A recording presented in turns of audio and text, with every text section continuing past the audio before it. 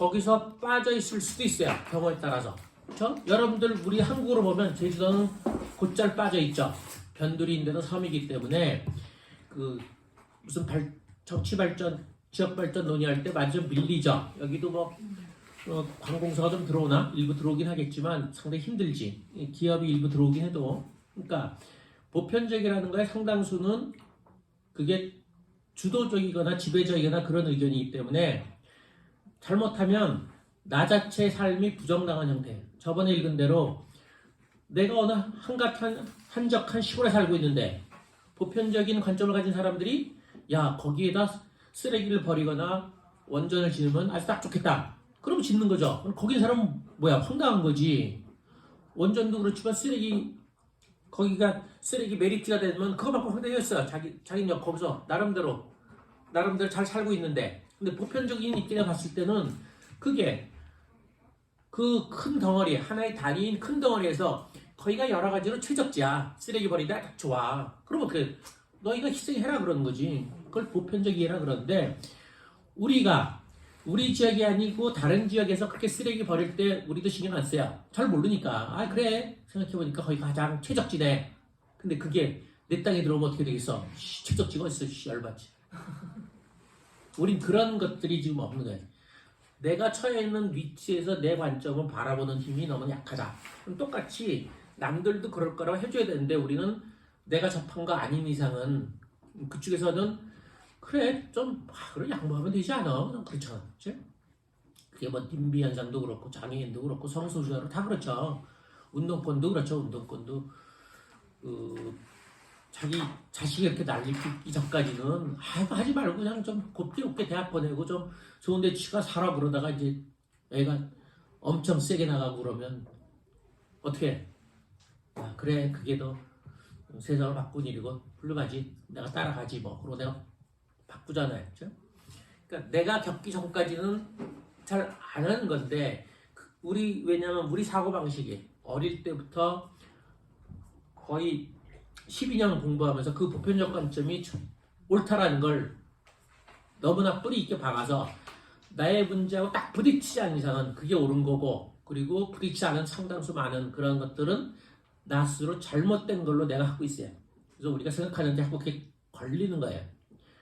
저기 멀리 떨어진데 서울에 사람은 그럴 거예요. 서울에 있는 사람은 제주도 여기 제주시는 아니어도 저기 내 고향이 모슬포인데 모슬포에 쓰레기 비리장 뭐 생각 있겠어? 거기 괜찮네. 뭐 멀리 떨어지고 바다에서 좋겠지 뭐. 누구나 다 그렇게 생각하겠지. 그걸 뭘 생각했어? 근데 똑같이 내가 피해 안 보거나 나랑 관련 없으면 다 그렇게 보편적인 입장에 생각을 해요. 그건 상당히 위험하거나 문제가 있는 거죠. 그래서 내가 지금 어떤 위치에 있냐를 계속 봐야 되는 거예요. 그러니까 내가 12년 동안 그렇게 배웠어도 내 생각의 상당수는 내 관점에서 바라본다는 걸 인정하고 자꾸 그렇게 들어가야 돼. 내가 보편적인 관점을 자꾸 올라가려고 애쓰지 말고 보편적인 관점을 확대시키려고 따라가려고 그러지 말고 누가 보편적인 관점이라 그래도 그는 그 사람의 입장에서 보는 거야. 그렇죠? 재밌는 게 많은 경우가 그래. 교육 그러면 우리가 교육이니까 교육 보면 대학으로 보면 관점이 여러 가지 그렇죠? 교육 사회학도 있고 교육 심리학도 있고 교육 공학도 있고 교육 철학, 교육 역사, 교육사 줄줄이 많아요. 전문가들은 그거 다 안 써요. 그 중에 하나의 입장에서만 써요.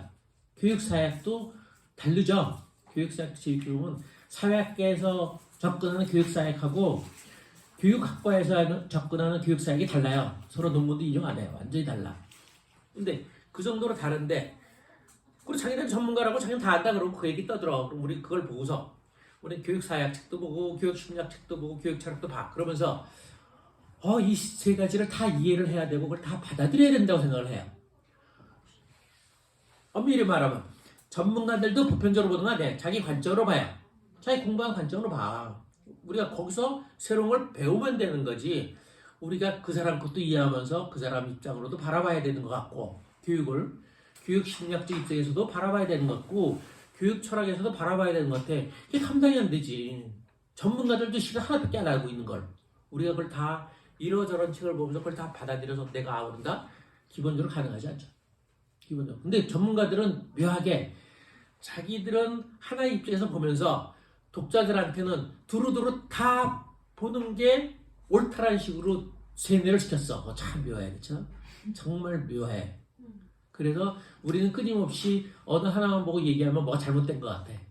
교육 사회적으로 접근이 잘못된 것 같고, 심리학도 알아야 되고, 철학도 좀 알아야 되고, 모르면 불안하거나 약간 뭐 내가 좀 부족하다는 느낌을 받아요. 아니 그건 전문가들도 안 그런데 우리가 돈을 어떻게 하겠어? 내가 그 대신에 그거네. 내가 내 한계를 인정하면 되는 거야. 그러니까 내가 교육사회학적 입장, 관점, 그리고 나 같은 경우는 이제 계급론적 입장. 사회학은 계급론, 계층론이 다르니까. 그러니까 쉽게 말하면 교육을 통해서 사회적 상승이 가능하다가 계층론 입장이에요. 그렇죠? 계급은 그렇지 않죠. 지금 계급론이 내용적으로 우세한데 있는 사람이 부유층이 교육을 통해서 자기 재산과 부를 확대한다라는 거죠. 교육을 매개로 해서 유대인부터 시작해서 지금 다 하고 있는 거죠. 그래서 지금 실적주의 얘기 나오죠. 문제가 불거졌는데 약간 계급적 사고예요. 근데 그것도 두 가지 입장을 다 갖고 있는 사람은 없어요. 어느 한쪽 입장을 지지하면서 얘기를 하죠. 그리고 다른 쪽 설명할 때는 아무래도 부정적인 쪽을 주로 설명하겠지. 두 개의 입장을 어떻게 대등하게 얘기를 하겠어요, 그렇죠? 대등하게 하는 사람 아무도 없어. 우리는 둘 다 어느 한쪽으로 선택을 하면 뭐가 치우친 것 같아. 뭔가 치우치고 내가 어느 극단으로 가는 거야. 그냥 이런 착각들을 해요. 교과서에서 배워서 그래, 교과서에서는 그걸 다 나름대로 나열하잖아요, 그렇죠? 우리나라도 다 나열하지. 그런 거 나오고 대학 개론세가 그렇고 고등학교 사회교과서 이런 것들 다 나열을 하는 거예요. 그래서 마치 객관적이라고 보는데 보편적. 그것도 절대 그렇지 않아요. 우리나라 교과서 상당히 편향돼 있고요, 그렇죠? 누구로 편향돼 있어? 우파, 자본가 쪽으로 편향이 돼 있죠. 그러니까 이제 그렇게 많이 안 나오는데 좀 나오긴 했는데 이를테면 독일의 교과서하고 우리나라 교과서 비교해보면 딱 돼요. 독일은 초등학생 때부터 노동권 중요시하고 파업이 중요하다는 얘기를 해요. 우리나라는 절대 얘기를 안 하지. 우리는 고등학교 교과서에서도 생산성이 중요하다고 얘기를 하지. 그런 편향성이 강한데도 우리는 그걸 객관적이라고 바라보고 그렇게 하길 바라니까 어른 돼서 애들이야 뭐 그걸 좀 시험처럼 뭐 그냥 딸딸딸 외우면 몰라도 어른 돼가지고 자기가 어느 입장을 택하긴 해야겠는데 내가 어느 쪽을 택하면 내가 편협되거나 너무 치우쳤다고 들을 것 같고 그럼 다른 것도 봐? 다른 거 보면 뭔 말인지 모르겠고 차량 입장이 다르면 당연히 알 수가 없어요. 계급적 입장에서 보면 계층론 입장은 엄밀히 말하면 말듯해요. 이게 진짜야 가짜야? 이거 꼭 장난치는 것 같고 뭐 이래요. 그럼 계층론에서 계급 쪽 보면 어떡하겠어? 선동하는 것 같고 이거 너무 이 작은 사례를 막 확대하는 것 같고 이거 좀 이게 학문이야? 이게 무슨 이건 학문이야? 객관적인 게 아니라 무슨 뭐 선언문 같은 거죠. 이렇게 바라볼까 했어요. 계층 쪽에서 보면 그렇죠? 거기 주로 통계지만 이런 것들을 줄줄이 나열해서 하니까 통계 자료를 엄밀히 많이 하고 계급 쪽은 그렇게 통계 자료 많이 안 하니까 그러니까 관점이라는 건 그런 거죠. 우리가 그걸 버려야 돼요. 보편적인 관점이 가능하지 않을 뿐더러 우리가 그 얘기를 들은 전문가들도 그렇지 않다. 전문가들은 철저하게 자기 관점으로 바라본다. 가르칠 때는 뭐 다 얘기해도 그래도 마찬가지야. 그래도 그걸 본능적으로 자기한테 관련될 때 알아요. 또 대학원생들이 박사 시험 볼 때 어떻게 하겠어요? 알지. 선생님이 어떤 입장인지 알아서요. 난 잘 몰랐는데 그러더라고. 이 문제는 누가 냈어? 그렇지. 그럼 그 문제를 어떻게 써야 돼? 그 선생님 입장에 써야지. 그래서 난 제일 걱정이 이를테면 생명과학 같은 거를 논술을 학원에서 배우면 걱정인 게 생명 논리 같은 거, 복제인간 이런 거를 이쪽 인문학 쪽에는 대체로 부정적으로 보거든요. 부정을 보죠. 근데 걔들이 주로 어디가? 이과 가자, 이과. 이과에서 면접 볼 때 그 선생 앞에서 부정적인 얘기하면 어떻게 있어? 물론 논술 얘기는 여전히 다 얘기한다 그래. 긍정적인 얘기도 하고 부정적인 얘기도 한다 그러는데 인문학 쪽은 부정적인 주장의 논리가 훨씬 더 탄탄해. 긍정적인 건 좀 엉성해요. 근데 자연과학 교수들 안 그럴 거 아니야. 긍정적인 논리가 훨씬 더 탄탄하지. 그럼 당연히 당하지. 그래서 저는 만약에 그쪽에서 논술이나 면접 이렇게 부수 이런 거 나오면 누구한테 준비해? 그 돈 많은 사람들 키하지. 누가 하냐면 그쪽 전공 대학생들을 대학원생을 불러요. 그러니까 대학 박사 다닐 때 광주나 이런 데 돈 많은 사람이 비행기표 주고 부른 사람들이 있어요. 면접. 실제로 그런 거예요. 있는 사람이 하는 거예요. 그게 정답이에요. 그게. 일반 학원가 그렇게 하는 게 아니라 그 전공자한테 해야 되는 거거든요. 그쪽 논리. 가능하면 그 학교 학생. 왜냐면 사회학과 같은 데 보면 서울대랑 연대랑 고대랑 색깔이 달라요. 색깔이 다르거든. 그러니까 연대 가서 사회학 서울대 쪽 논리를 피면 떨어질 가능성이 많아. 다르거든요. 선생님들 색깔이 다르거든요. 똑같아. 그러니까 그 정도로 선생들도 하나의 입장을 갖고 있는데 우리가 그 많은 거를 객관적이고 보편적인 이유로 이것저것 섭렵하면서 알아들으려고 그러니까 당연히 이해가 안 되고 미치고 난 항상 이 모양이야 그러는 거죠. 과감하게 이걸 버려야 된다. 그리고 내가 편협됐다고 하는 거에 대해서 누구나 그럴 수밖에 없다. 거기서 벗어나는 뭐냐? 내 입장이 이렇다는 걸 누가 비판할 때, 나한테 비판하고 뭐 할 때 나는 그런 식으로 바라본다고 내 한계를 얘기를 하는 거예요.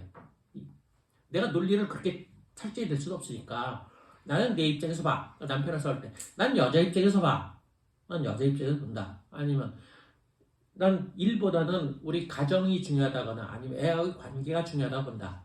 난 기본적으로 교육은 부모 자식 간의 관계가 가장 중요하다고 봐요. 그래서 애가 아무리 성장하고 훌륭해지더라도 부모랑 관계가 깨지는 형태로 접근하는 건 안 좋다. 기본적으로 부모 자식 관계가 최우선이라는 작전을 하거든요. 그러니까 누가 뭐라 그럴 때 아니야 그게 우선이야 라는 식으로 내 입장, 내 한계를 드러내는 거지. 저만 다를 수 있지. 아니야 애가 결국은 부모보다는 결국 자기가 살아남는 거니까 자기가 성장해야지 부모랑 사이 안 좋아도 그럴 수 있어요. 그렇죠?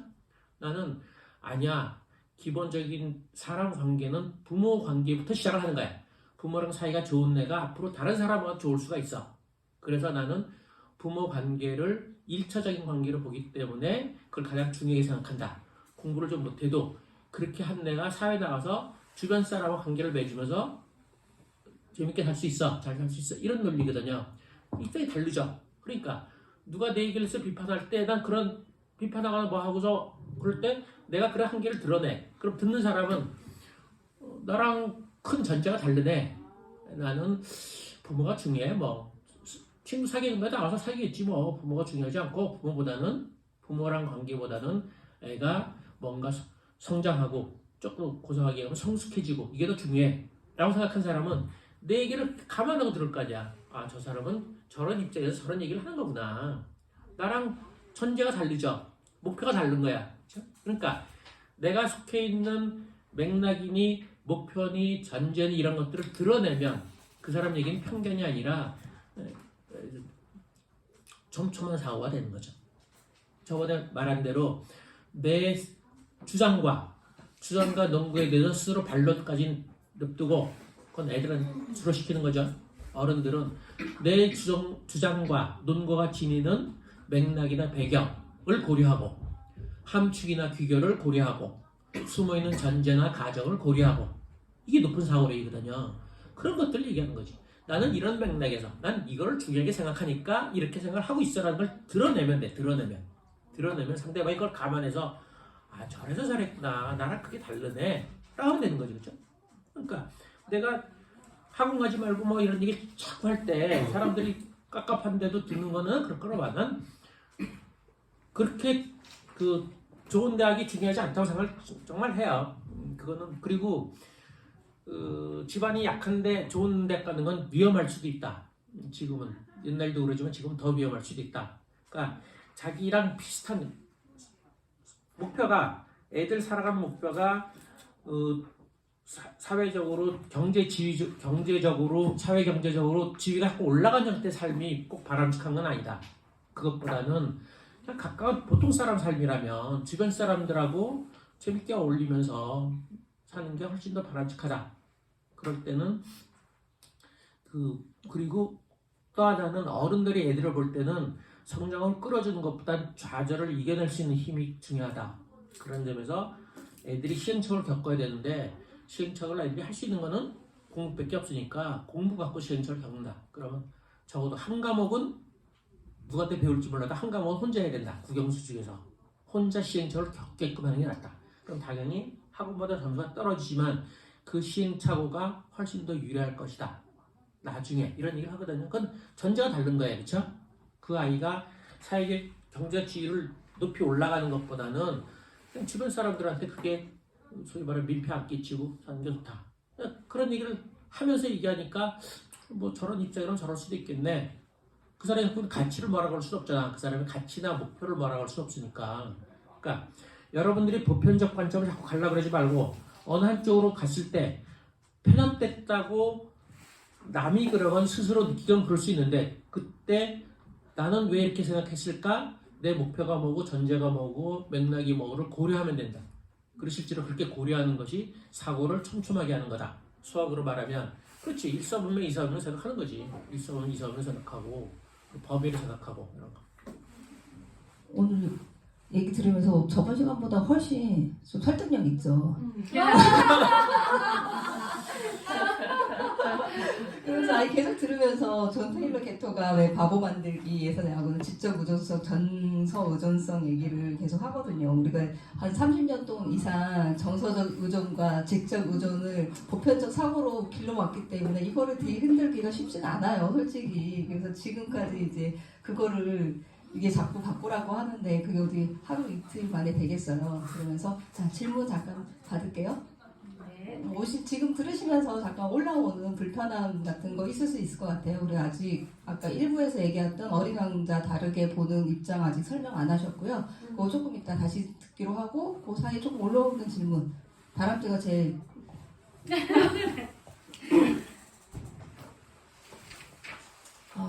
질문이라기보다 불편했던 점을 좀 말씀을 드리면 아까 이제 가족과의 관계가 되게 중요하다고 말씀하셨잖아요. 근데 저는 이제 가족으로 한정 짓는 게 저는 불편하거든요. 왜냐면 부모 없는 아이들도 있고 그러면 그 아이들은 누구와 관계를 맺어야 그러니까 정상적이라기보다 더 관계를 더 확장해가고 좋은 관계를 맺을 수 있는지 그거는 빈틈이라고 생각하거든요. 그래서 가족에 막 그렇게 저는 한정 짓는 게 좀 불편하더라고요. 그건 언어의 한계예요. 언어. 좀 더 그 논리를 쭉 펼치면 그 아이하고 맺는 일처적 관계로 얘기를 하겠죠. 복잡하게 얘기하면 간단히 이제 가족이라고 그러는 거죠. 뭐. 일처적 관계예요. 저는 그 희생이나 아니면 그 배려 같은 거를 배울 수 있는 가장 좋은 관계는 일차적인 관계에서 배운다고 봐요. 부모 자식 관계라든가 아니면 부모가 아닌 부모 역할을 한 사람과의 관계만이 그래서 요즘은 저는 심하게 얘기하면 아빠하고 자식과 관계는 끊어졌다고 봐요. 아빠와 자식 관계 끊는 그런 건 없어지고 엄마는 여전히 남아있고 엄마 역할을 하는 사람과의 관계는 남아있어요. 왜냐면 엄마가 몸으로 보여주잖아. 상당수 희생하는 모습이 애가 느끼건 안 느끼건 그건 한다고 봐요. 아빠는 좀 아닌 형태가 생각보다는 많아요. 그런 일체적 관계로 뭘 익혀서 사회에 나와서도 다른 관계를 그렇게 희생이나 배려가 가능하다고 보는 전 쪽에 그래서 그걸 가장 중요하게 생각하는데 그 얘기가 콜라드 로렌츠가 잠깐 얘기한 것 같고 별로 좀 없어. 1차적 관계에서 희생을 배운다는 얘기가 좀 많지 않아요. 근데 동물의 세계나 이런 등등에서는 많이 나오죠. 그러니까 우리가 학교에서처럼 아니면 진보주의 주로 뭐 가치를 자꾸 가르치려고 그러는 거에 대해 제가 불편해 왔거든요. 배려 아무리 가르쳐도요 안 되는 이유는 뭐겠어요? 배려하는 거에 대해서 다 받아들여요. 애들도 받아들여 좋아하다. 문제는 상대방이 배려할 만한 자격이 있냐를 물어보는 거거든요. 그러니까 예를 들어 내가 도와줘서 그쪽에 고맙다고 해야 돼. 그렇죠? 근데 원래 배려는 그런 건 아니거든. 실제로 인디언 사회에서는 선물을 줄 때 그냥 줘요. 그냥 그 사람 모르게 그 사람 옆에서 줘. 그 사람을 가져 쓰게끔 하거든요. 그런 것들이 진짜 배려인데 우리는 아니죠. 별거 아닌 것 같아도 그건 무슨 태도냐면 우리 사회에서 얘기하는 웰페어하고 워크페어 차이예요. 웰페어는 그냥 주는 거, 기본소득이 그냥 주는 거고 워크페어는 네가 일을 해라. 그러면 주겠다. 일이 엉성애들에도 뭔가 일하려는 노력을 보이거나 의지를 보이거나 뭘 하면 지금도 그러잖아. 지금도 청년 실업수당 줄 때 뭐 했어? 구직하는 모습을 보여라. 그렇죠? 그래서 걔들이 억지로 그런 어디다 원사 내고 그런 걸 해요. 그런 걸 내면 주고 아무것도 안 하면 안 줘요. 그거 길들여지는 거거든요. 그렇게. 그러니까 애들도 그거 배워가지고 난 배려할 생각이 있어. 도와줄 수 있어. 근데 그거에 대해서 뭔가 고맙다는 얘기를 하라는 전제거든요. 근데 그게 자존심과 관련돼야 많은 경우. 그래서 지식인 아니 진보 쪽에서 자꾸 가치를 말로 언어로 가르치는 거가 상당히 불편하다. 차라리 동화는 좀 더 낫고 그렇죠. 그리고 이렇게 작은 공동체, 가장 작은 단위는 이제 가장 일차적인 엄마나 이런 거 관계 아니면 약간의 공동체 같은 거 이렇게 자꾸 이렇게 캠프가 놀러 가는 거. 여기서 배우면 배우지 그 지식으로 못 배운다는 걸 해야지 뭐 가치는.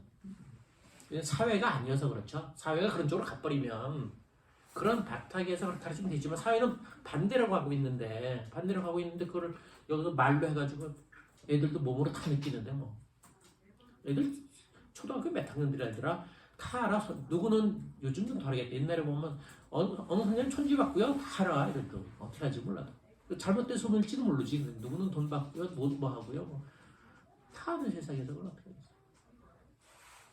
그다음 다음 질문 경희쌤 질문 받을게요. 전 한 달만 안 했는데 왜 꼭 집어서 하시냐. 저는 저번 주 강의를 어제 듣긴 들었는데요. 하면서 지금 저희 입장에 대해서 뭐라고 해야 되나? 보고 있고 판단 보류에 대한 이 부분을 저는 뭔가 이렇게 마침표를 찍고 이게 이래서 이랬다라는 이렇게 뭔가 이렇게 큰 그림 속에서 뭔가 이렇게 딱 찍어야지 뭔가가 이렇게 시원하던데 이 판단 보류랑 이 마침표 찍는 거랑 뭔가 다 어느 정도 그림이 그려져서 마침표를 찍는 거랑 이 판단 보류랑의 차이는 뭘까요, 주장님? 저는 어떤 게 하여튼 의문이 생겨서 뭔가가 지금 어떻게 예를 들면 그런 거예요. 다양한 관점으로 좀 보려고 이제 노력하자라는 거를 가지고 있는데 이게 원래 그렇지 않았고 그러니까 이분법적으로 뭐 남편에 대한 어떤 생각이나 이렇다 그럴 것이다 라고 제가 이제 계속 가지고 이제 남편을 봤을 때는 이제 그런 모습만 보고 그렇다는 걸 내가 계속 정당화시키고 합리화시키고 있는데 그게 아니라 이 사람이 정말 있는 그대로가 아니라 좀 보려고 좀 노력을 내 생각 속에서 보는 게 아니라 현실에서 좀 보려고 지금 현재 노력을 하고 있고 그리고 다양한 관점이 있다. 이 사람한테 이런 면도 있고 이런 면도 있고 이런 면도 있다라고 생각을 하면서 지금 보려고 노력 중이면서 뭘 질문하려고 그런 거지? 하면서 하여튼간 지금은 그거를 노력을 지금 하고 있는 상태인데 한번 해보세요. 판단 보류랑 네. 이렇게 어느 정도의 어떤 내 생각이 어느 정도 해서 마침표 찍는 거랑 얘네 차이는 뭘까요? 사고는 기본적으로 불편한 거예요. 불편한 거를 안 참으면 사고력 안 생겨요. 사고력 불편한 거예요. 좀 귀찮고 짜증나고 좀 깝깝하고 이런 거예요. 그걸 의식적으로 감수를 할 생각을 해야 되는 거고요. 남편이나 주변 관계는 의식적으로 가장 마음에 안 드는 걸 하나를 붙잡고서 그 상황이나 그런 장면이나 그런 얘기를 붙잡고서 그거를 보통 때 같으면 강하게 판단하죠. 심지어는 나 때문에 그런 거 아니야? 내가 싫어서 아니어도 하여튼 그렇게 얘기하는데 그걸 잠깐 보류를 시켜보세요. 가장 싫은 행동을 떠올리고 그거에 대해서 나름대로 이유가 있겠지 그런 거지. 이유가 있겠지. 그렇지 이유가 있겠죠 뭐. 내가 그 이유를 모르거나 안 듣고 싶거나 그런 거지. 당연히 이유가 있지. 아무리 나쁜 짓도 다 이유가 있는 거니까. 그러니까 그거를 아주 가장 강한 거 아니고 작은 거라도 이를테면 내 생각보다 남편이 애들하고 좀 놀아줬으면 좋겠는데 안 놀아준다. 그럴 때 아니면 뭐 책을 읽어주거나 뭐 좀 해줬으면 좋겠는데 아니면 뭐 내가 스키마 이거 신경 쓰는데 그거 좀 자꾸 옆에서 딴지 안 걸고 좀 냅뒀으면 좋겠는데 이런 거 할 때 왜 그럴까 그러는 왜 그러긴 뭐 자기 나름대로 이유가 있겠지 뭐. 그걸 비판하고 나를 안 도와줘, 나를 지지해줘, 나를 있는 대로 안 받아들여줘 이러지 말고 그 사람이 그런가 보다 그러는 거지. 그런가 보다. 그런가 보다 하기에는 여자 입장에서는 되게 복장 터지는 소리긴 합니다만 다른 분 혹시 질문 있으신가요? 혹시 추추. 잠깐 하나 더 얘기하면 네. 경리쌤 내가 애들 때문에 교육에 좀 뭐 관여를 좀 하라 그랬는데 잘 안 되는지 좀 안 하고 있다가 저번에 요가 좀 지도할 때 모습을 좀 봤어요. 그러고 보니까 아니구나. 요가할 때 지도 모습 상당히 여유 있어 보였거든요. 그러니까 차라리 그냥 요가를 계속 하는 게 낫겠다. 가르치